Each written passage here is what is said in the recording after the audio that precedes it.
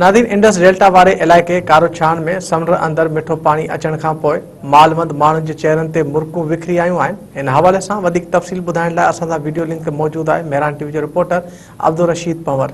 जी अब्दुल रशीद, छा तफ़सील आहिनि? जी बिल्कुल, हिन वक्त असां मौजूद आहियूं इंडस डेल्टा वारे खारोछान जे इलाइक़े में जेको सिंधुअ जो पानी आहे। हिते उहो 2.5 लख क्यूसेक पानी जेको पंजाब खां सिंधुअ में छॾियो वियो, उनजो जेको छोर आहे उहो आख़िरी छोर जेको आहे उहो हिते समुंड में वञी रहियो आहे। हिते जेको आहे हिते जेके माहीगिर आहिनि उन्हनि जे मुंहं ते जेके आहिनि उहे रौनकूं मोटी आयूं आहिनि। मच्छीअ जो शिकार पिणु कयो पियो वञे। हिते जी जेका ज़राअत हुई, ज़मीनूं जेके हुयूं उन्हनि खे जेको आहे खारे पाणी बिल्कुलु ॻारे छॾियो। मिठे पाणी जे अचण सां हिते जे माण्हुनि जे मुंहं ते जेको आहे उहो मुरकूं मोटी आयूं आहिनि।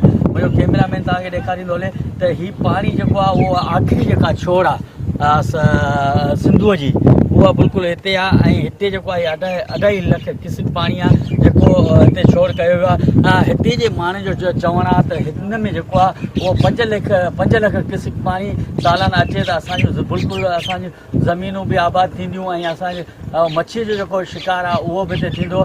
ऐं मवेशी जेका आहे, मवेशी जेको आहे खारो पाणी उहो हिते मिठे पाणी अचण सां उहो मवेशी बि ख़ुशि आहे। ऐं हिते जा जेके माण्हू आहिनि उन्हनि जे मुंहं ते जेके मुरकूं आहिनि उहे मोटी आयूं आहिनि। हिन जो इहो चवणु आहे त हर साल जेको आहे हिते 5 लख क्यूसेक पाणी जेको आहे उहो छॾियो वञे त जीअं असांजा मारूर आहिनि उहे ख़ुशि थी सघनि, असांजूं ज़री ज़मीनूं जेके आहिनि उहे आबाद थी सघनि।